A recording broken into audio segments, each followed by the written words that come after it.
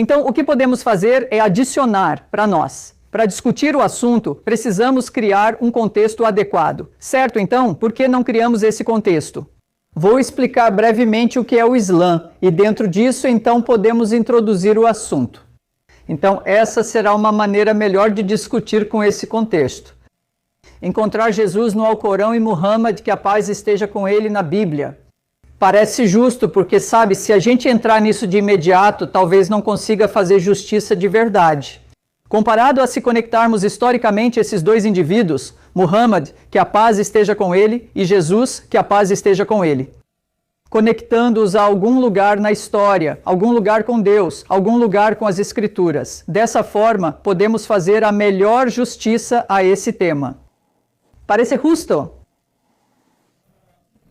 Tudo bem, exceto que não era isso que eu pensei que iríamos conversar. Vamos falar sobre isso. Sim, vamos chegar lá. E desde que você veio aqui, olhando para o cartaz e discordando, ou qualquer comentário que você tenha, nós vamos abordar o assunto, obviamente. Certo, beleza. Vou usar o quadro branco rapidamente e você pode me interromper quando quiser, mas prefiro concluir meu raciocínio primeiro. Depois que eu terminar, sente-se. Então podemos discutir isso e aí podemos ir direto ao assunto da profecia. Eu sou uma pessoa paciente, então não vou te interromper. Mas ainda vou te perguntar, sabe, Ed? Infelizmente, eu queria estar aí. Talvez ele te interrompa, mas eu não vou te interromper. Então, Ed, você já deve ter ouvido a palavra Alá, não ouviu? Sim, ok. Então, quando nós muçulmanos usamos a palavra Alá, não queremos dizer um Deus diferente. Existem muitos nomes para Deus em diferentes idiomas, como em espanhol é Dios, em hebraico é o quê? Qual é o nome na Bíblia hebraica? Talvez Yahvé, Yahvé, Jeová, talvez Elohim. Muitos nomes diferentes, mas todos se referem ao mesmo Deus. Em norueguês é Gut. Em aramaico, a língua de Jesus é Ilah ou Alá. O Criador do Universo. Ou em inglês, o Criador do Universo, correto? Em árabe é Alá. Ao dizermos Alá, não adoramos um Deus só dos muçulmanos ou árabes, mas o mesmo Criador Todo-Poderoso. Até mesmo os judeus e os cristãos, cuja língua nativa é o árabe, quando eles usam o árabe. Bíblias, sempre que a palavra Deus aparece na Bíblia King James, eles têm a palavra Alá, Alá. E esses são os judeus nativos e os cristãos nativos das terras árabes. Então isso mostra que até eles reconhecem que Alá é Deus na língua árabe. Esse é o primeiro ponto. O segundo ponto é, quais são alguns dos atributos? Então nós dizemos que Deus é eterno. Qualquer entidade que seja eterna não precisa ter pais. Isso significa que Deus sempre existiu. Nós dizemos que Deus também é onisciente, Ele é onipotente, Ele pode nos ouvir, Ele está nos observando. Ele conhece nossos corações e mentes, nossos pensamentos, e nós dizemos que Deus também é todo-poderoso. Ele não tem uma família como a nossa. Ele é Ele é único. Sem filhos, sem filhas, sem tios, tias, avós. Ele é Ele é único. Agora, dois atributos importantes de Deus são que Ele é amoroso. O Alcorão afirma em vários trechos, como no capítulo 2, versículo 190, entre outros. Deus é um Deus amoroso e Deus quer guiar a humanidade. Então, dois dos nomes de Deus em árabe são, Ele é Al-Wadud, que significa que Ele é amor, Ele é a fonte de todo amor. E o segundo atributo é que Deus é Al-Hadi. Isso significa que Ele quer guiar a humanidade agora, o que o Islã diz sobre guiar a humanidade. Deus mesmo não desce e se torna um humano, animal ou criação. Deus continua sendo Deus. E Ele designa profetas e mensageiros. Então, o que eu faria agora, Ed, é desenhar uma linha do tempo. Então, quando Deus criou Adão, Deus não deixou Adão sozinho com suas limitações humanas e sua natureza falível. Desde o primeiro dia, Deus quis começar a guiar Adão para a verdade. Então, a principal mensagem que Deus deu a Adão foi a submissão a um só Deus. Não adore animais, não adore o sol, a lua, a criação, mas apenas se submeta a um só Deus. Siga somente Ele. Ele é o Criador. Você deve se submeter a Ele. Então, à medida que a humanidade foi aumentando ao redor do mundo, Deus deu o mesmo ou semelhante mandamento a todos os profetas e mensageiros. Então eu vou escrever aqui alguns dos mensageiros e profetas que estão no Alcorão. E como você deve saber, nós consideramos Noé como profeta, Abraão, Moisés. Então estou pulando muitos. São literalmente centenas e milhares. E Davi, vamos dizer Jesus, que consideramos um grande profeta. E o último que o Alcorão menciona foi o profeta Maomé. Que a paz esteja com ele e que a paz esteja com todos eles. Então Deus deu o mesmo mandamento a todos os profetas para que fossem e dissessem ao seu povo que não adorem seres humanos, ídolos ou a criação, mas que se submetam somente a um Deus. Assim, o conceito de submissão a um Deus, em árabe, é Islã. Então, se você adota esse conceito de adorar absolutamente um só Deus, sem parceiros, sem filhos e filhas, sem tios e tias. Se você pega esse conceito e o traduz para o árabe, ele se torna a palavra Islã. Então dizemos que o Islã não foi fundado por Muhammad, que a paz esteja com ele. O Islã, como orientação, foi dado por Deus a cada profeta. Quer dizer, nós dizemos que Abraão, a missão dele era convidar seu povo a se submeter a um só Deus. Isso significa seguir o Islã. Então, como você acha que se chama uma pessoa que segue o Islã? Assim como você tem cristianismo e cristãos, Islã e muçulmanos, correto? Então, nesse sentido, dizemos que todo profeta era muçulmano. Não consideramos Abraão judeu ou cristão. Na verdade, o Alcorão diz que ele não era judeu nem cristão, mas sim muçulmano.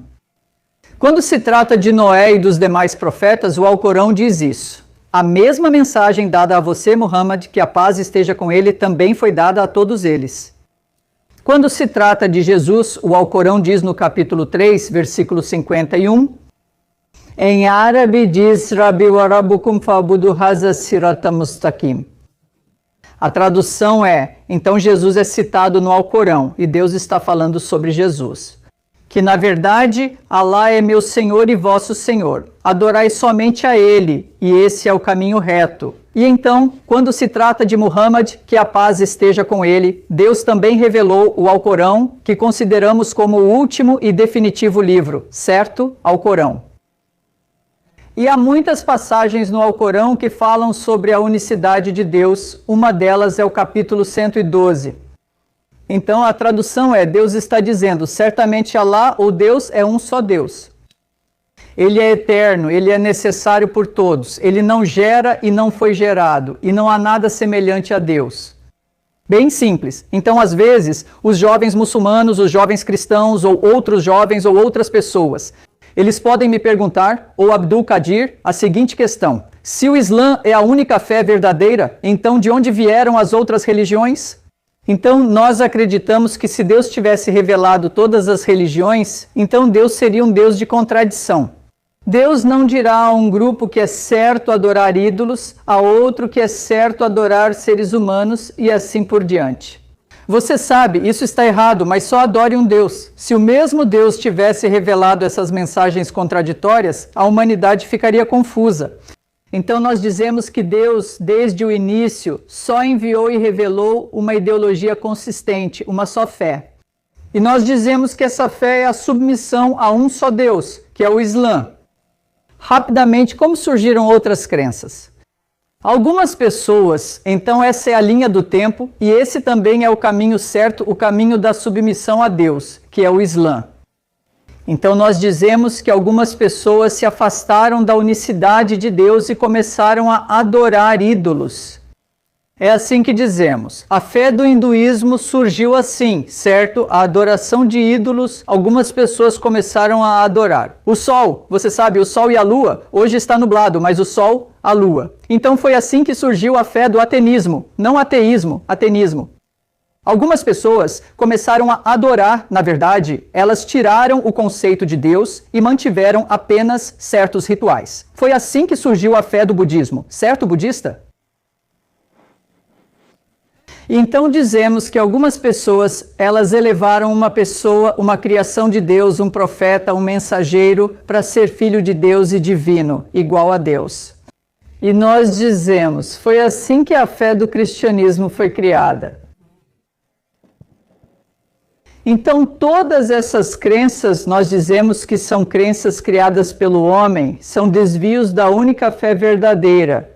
Deus designou profetas e mensageiros para trazer essas pessoas de volta, para que Ele possa salvá-las e elas possam ir para o paraíso. Essa foi a missão de todos os profetas e mensageiros. Posso te dar algumas referências rápidas, depois vou encerrar. Então diz sobre todos os profetas virem com essa mesma mensagem no capítulo número 16, versículo número 36, que Deus designou mensageiros, profetas e advertidores para todos os povos e todas as nações do passado. E a mensagem deles era convidar a humanidade à adoração de um só Deus. Quando se trata de Noé, Abraão, Moisés, Jesus, o Alcorão diz, capítulo 42, versículo número 13.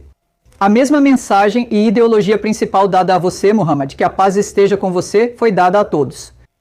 Quando se trata de Abraão, capítulo 3, versículo número 67, diz que Abraão não era judeu nem cristão, mas ele era um Hanif, ele era um muçulmano. Sobre Jesus, já comentei isso aqui, certo?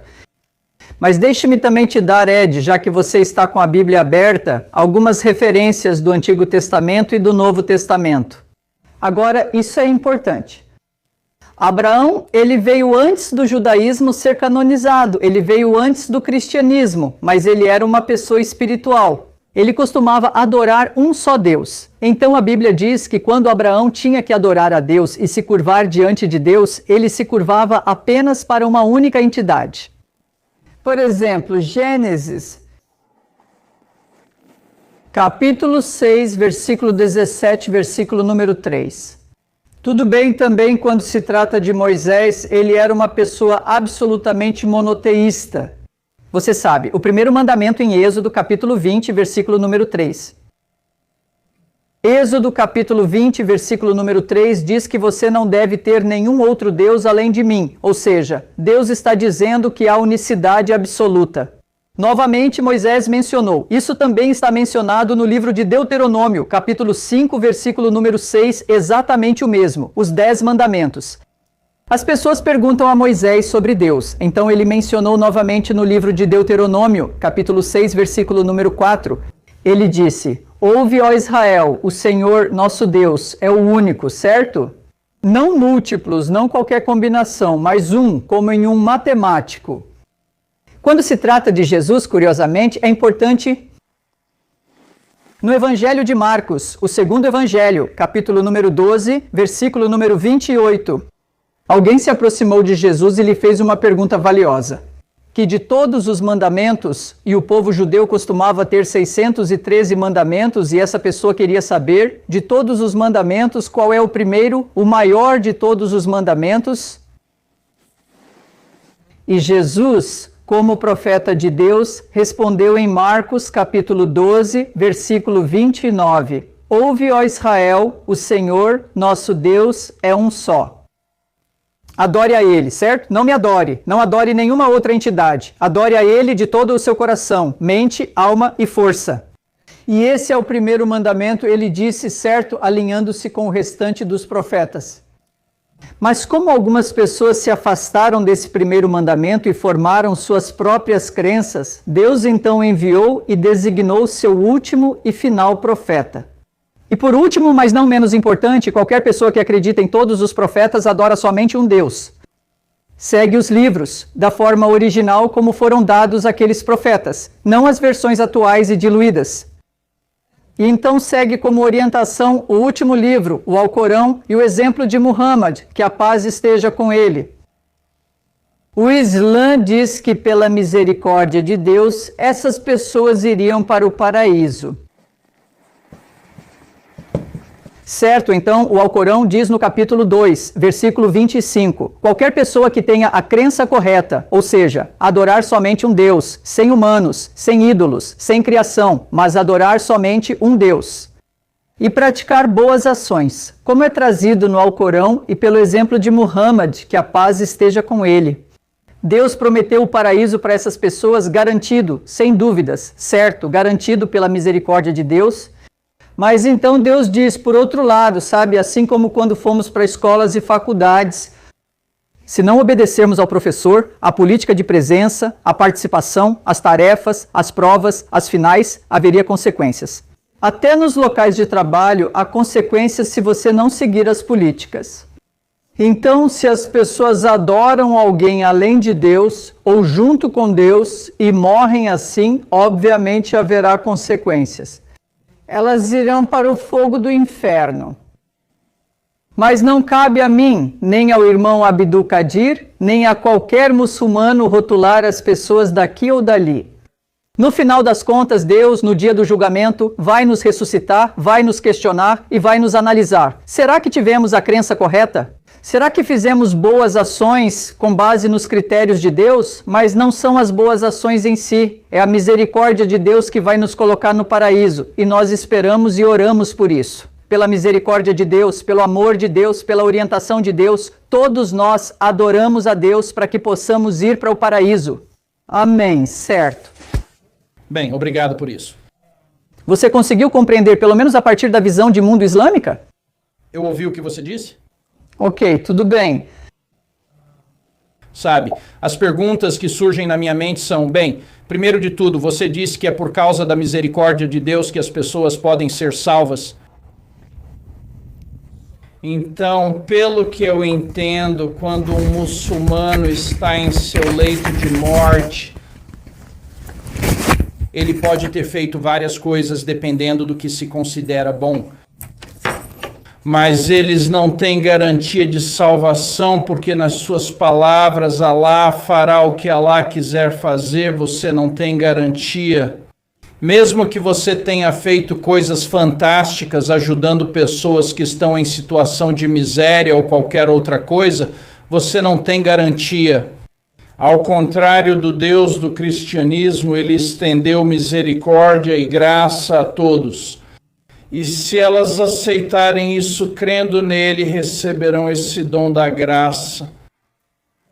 Então, antes de você concluir esse ponto, é importante que eu destaque isso aqui. A palavra garantido está lá. Garante se a pessoa tiver a crença correta e praticar boas ações. Deus menciona no Alcorão que ele garante a essas pessoas o paraíso eterno.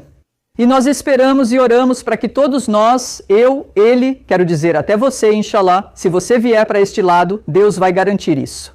Mas é preciso cumprir certos critérios, ter as crenças corretas e praticar boas ações conforme os critérios de Deus. Bem, pelo que eu entendo, no Islã você não tem garantia de salvação. Bem, eu mencionei que a menos que você tenha morrido em jihad ou algo assim...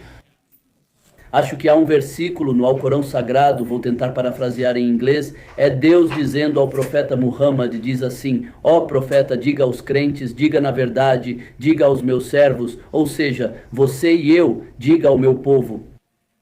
Isso, não fiquem desapontados. Pela misericórdia de Deus Todo-Poderoso, Ele perdoará todos os pecados que você possa cometer, Ele perdoará todos os pecados, Ele diz.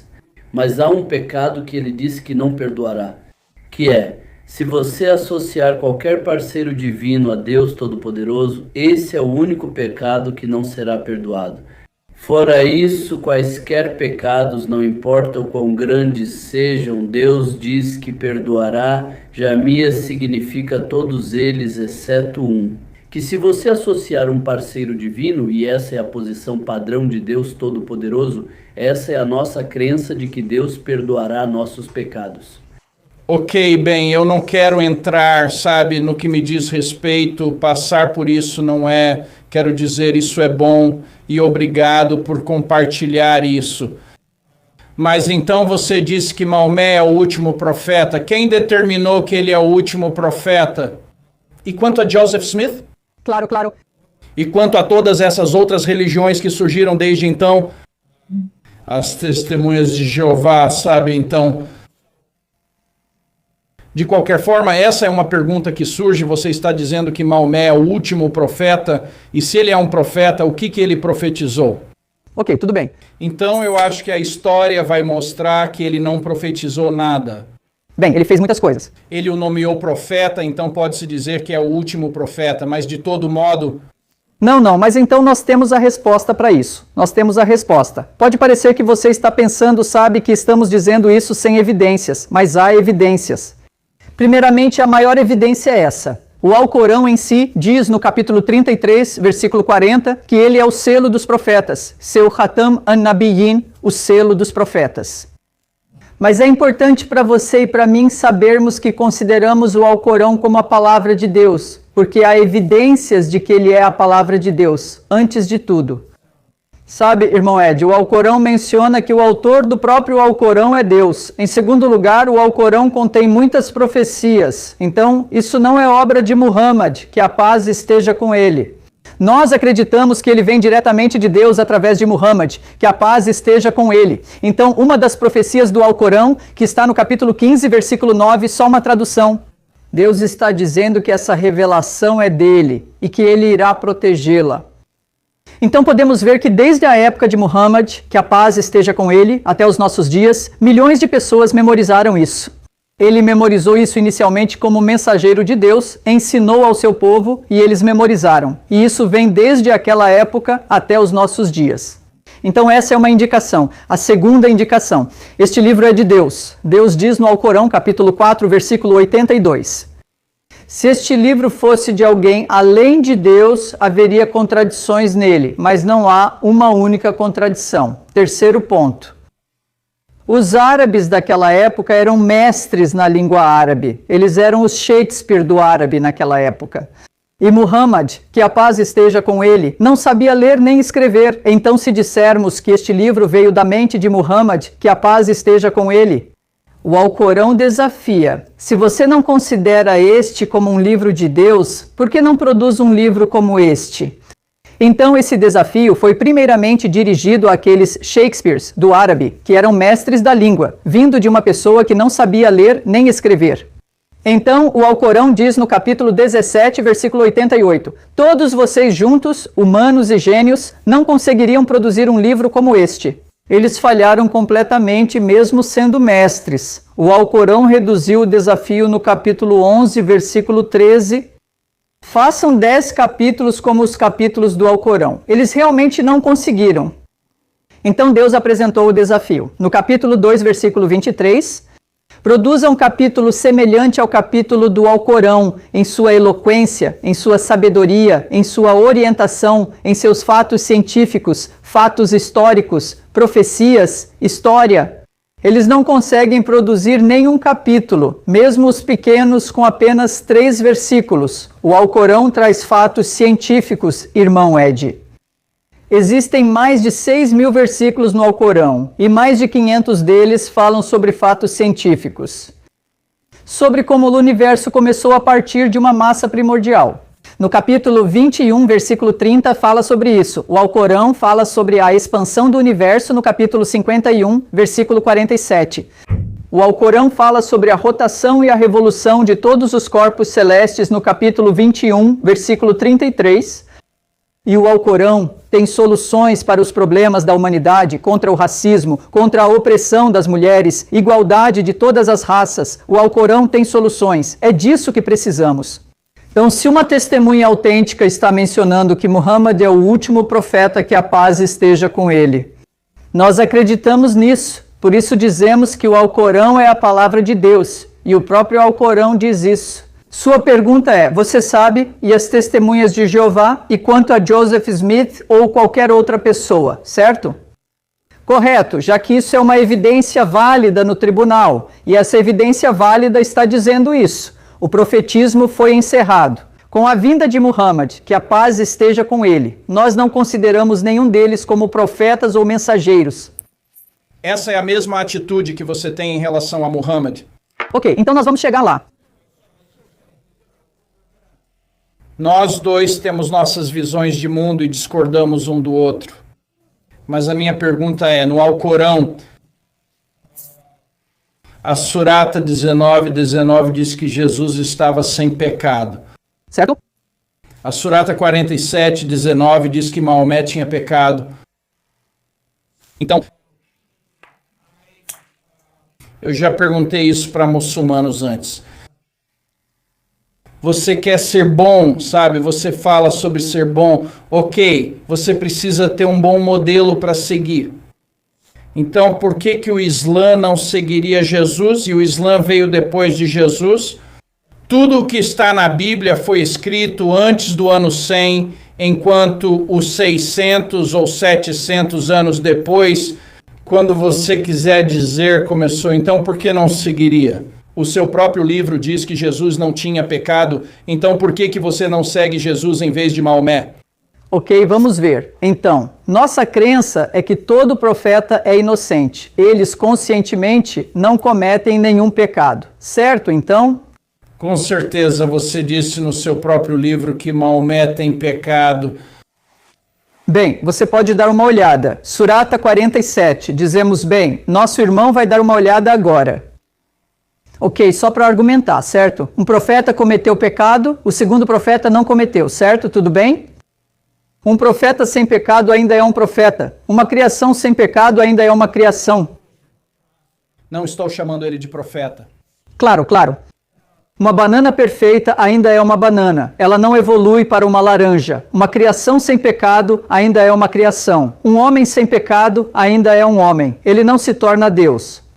Então, se esse é o seu argumento, isso não é verdade. Em segundo lugar, Muhammad, que a paz esteja com ele, não cometeu nenhum pecado.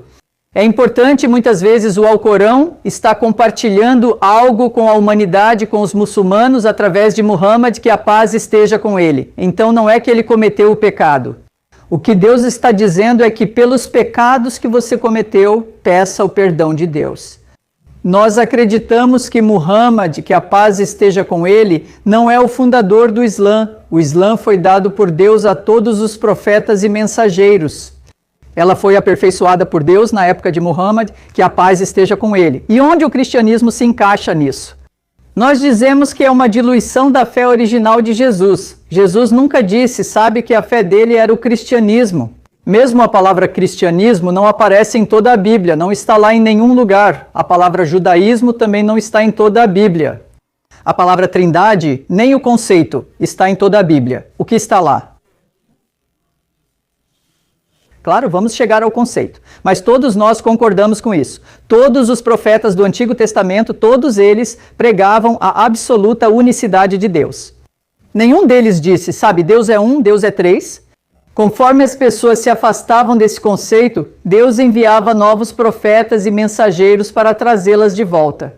Assim, Jesus e Muhammad, que a paz esteja com ele, foram enviados.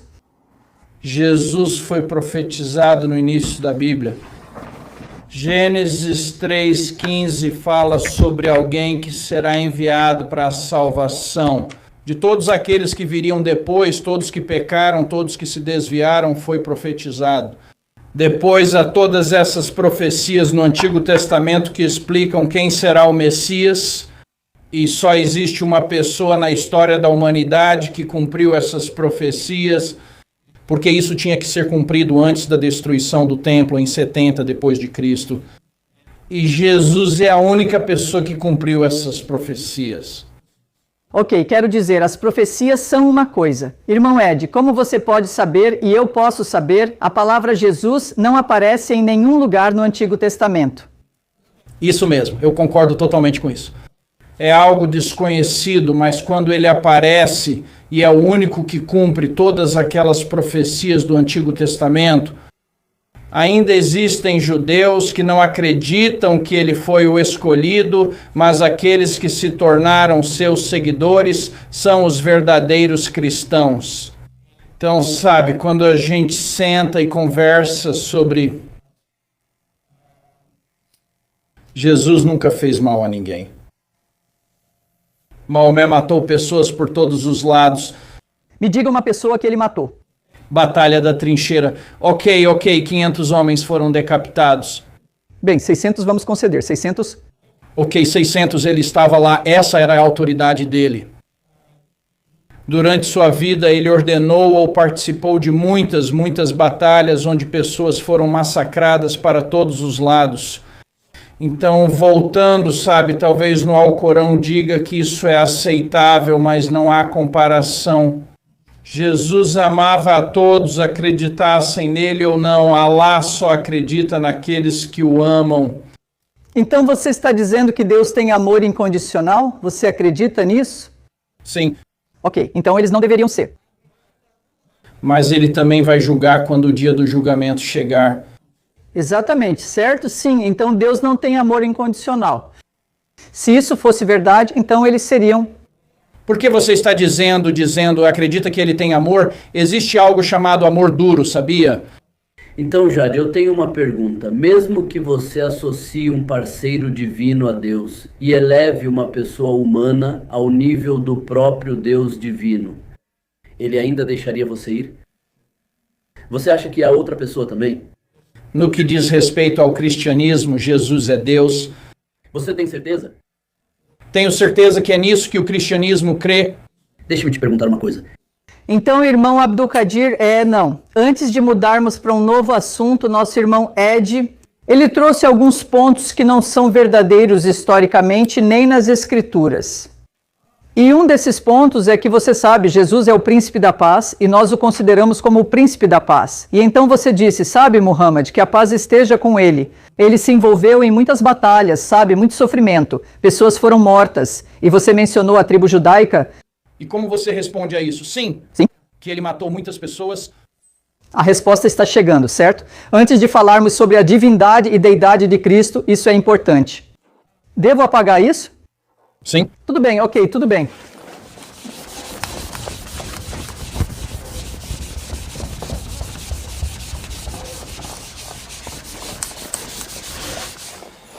Agora, profeta Maomé, paz esteja com ele. Antes de você começar, eu só acho que você estava dizendo, sabe, há muitas palavras que não aparecem nos livros. E é exatamente aí que toda essa discussão começou. Encontre Maomé na Bíblia. Maomé não aparece lá.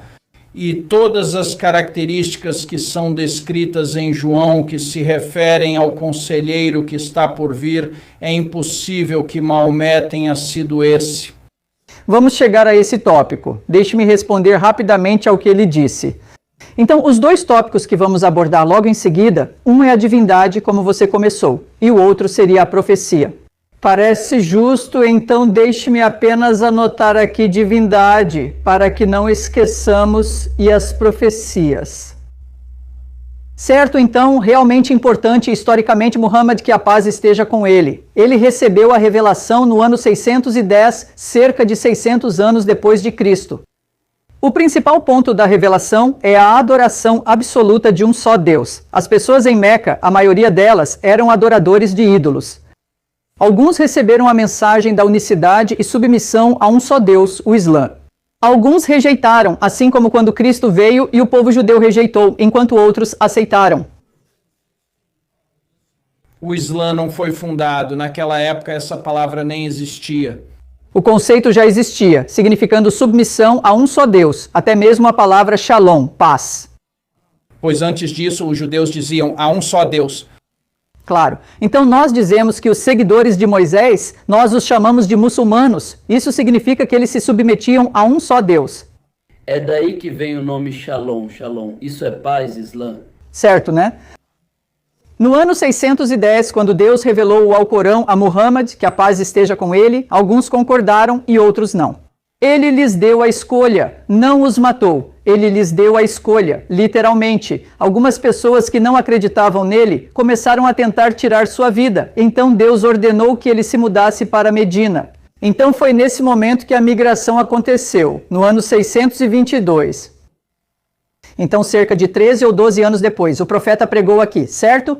O que você disse que foi o motivo dele ter ido para Medina?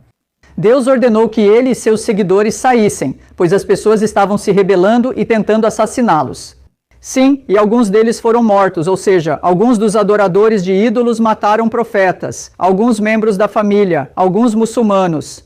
Então, eles fugiram para salvar suas vidas por ordem de Deus.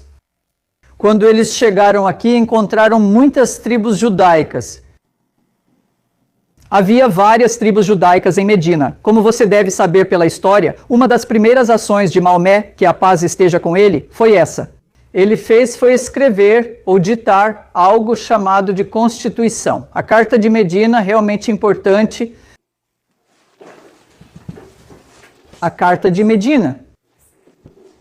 A Carta de Medina diz que o povo judeu e o povo muçulmano seriam um só povo. Nós vamos cuidar uns dos outros, o povo judeu, vocês vão ter sua autonomia, liberdade de fé, cultura, sinagogas, sistema de justiça e sistema penal. Então, dentro de Medina, eles receberam uma verdadeira autonomia. Agora, os judeus assinaram o contrato, os muçulmanos assinaram o contrato, que eles não vão se aliar ao inimigo, nós vamos proteger e cuidar uns dos outros. Então, isso era uma constituição. Os signatários eram judeus e muçulmanos, liderados por Muhammad, que a paz esteja com ele. Então, o que aconteceu foi que quando ele se mudou para Medina, essas pessoas continuaram vindo, exército após exército, para destruir Medina. E, obviamente, para acabar com o Islã em si. Então, o profeta teve muitas guerras defensivas. O Islã não é uma fé pacifista, o Islã é uma fé prática. Se alguém vier atrás de você... Você está chamando isso de defensivo? Sim, ele esteve na ofensiva a vida toda. Ele começou roubando seu próprio povo em uma caravana durante o Ramadã. Então, sabe, não chame isso de defesa, porque ele estava na ofensiva, matando pessoas o tempo todo, de todos os lados. Então, o que aconteceu foi que antes dele se mudar para cá, eles tomaram as casas dos muçulmanos e as propriedades e mataram pessoas. Então, eles tinham sangue nas mãos. E eles tinham propriedades muçulmanas, enquanto se mudavam em suas caravanas com os bens dos muçulmanos. E esses assassinos estavam indo para a Síria e o Líbano, certo? Para vender as propriedades dos muçulmanos. Então, o exército do profeta os interceptou. E foi uma interceptação justa, sabe? Só imagine se o povo judeu tivesse interceptado os nazistas que mataram os judeus e ficaram com as propriedades judaicas. O que diríamos a eles? Sim, essa é a melhor coisa, a coisa certa, sabe? Aqueles nazistas nojentos, exatamente a mesma situação. Ed. Eles eram os nazistas da época. Deixe-me interromper. Sim, eu não vim aqui para receber uma aula de história do Islã. Eu vim aqui para discutir sobre o que estava escrito na placa da estrada com pedágio e também mencionei o fato de que, sabe, tem algumas coisas das quais você continua fugindo. Eu não preciso de uma aula de história sobre isso. Discordo de quase tudo que você disse até agora. Eu vou te dar referências de autoridades não muçulmanas, sabe? Porque você mencionou alguns erros históricos. Com todo respeito, você afirmou que Muhammad, que a paz esteja com ele, matou pessoas inocentes. O que digo é que havia uma constituição. Você nega isso? Claro, você tem que olhar para o contexto adequado. Pessoal, ok, deixa eu resumir em 2 minutos. Tudo bem, certo? Então, o povo judeu, em uma das guerras chamada de Guerra da Trincheira, 10.000 pessoas vieram para destruir o Islã.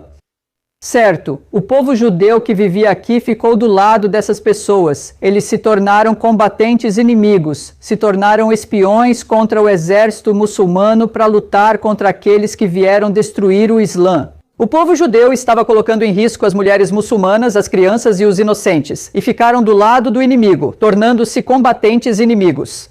E eles romperam esse contrato por esse motivo. As pessoas que fizeram isso foram punidas, em qualquer país, sabe? No nosso país também. Se há combatentes inimigos, drones lançam mísseis e pessoas morrem. Por quê?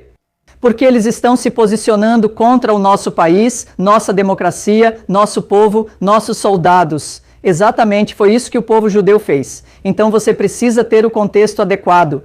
E quem está dizendo isso, sabe, Karen Armstrong, doutora Karen Armstrong, ela é uma orientalista, ela disse. Eles cometeram traição, cometeram alta traição e por essa razão foram punidos. Havia muitas outras tribos judaicas vivendo pacificamente lá. O profeta não fez nada contra elas, então esse é o contexto correto. Então dizemos que Jesus foi o príncipe da paz, e Muhammad, que a paz esteja com ele, também foi o príncipe da paz, em todos os aspectos. O Islã é uma fé prática.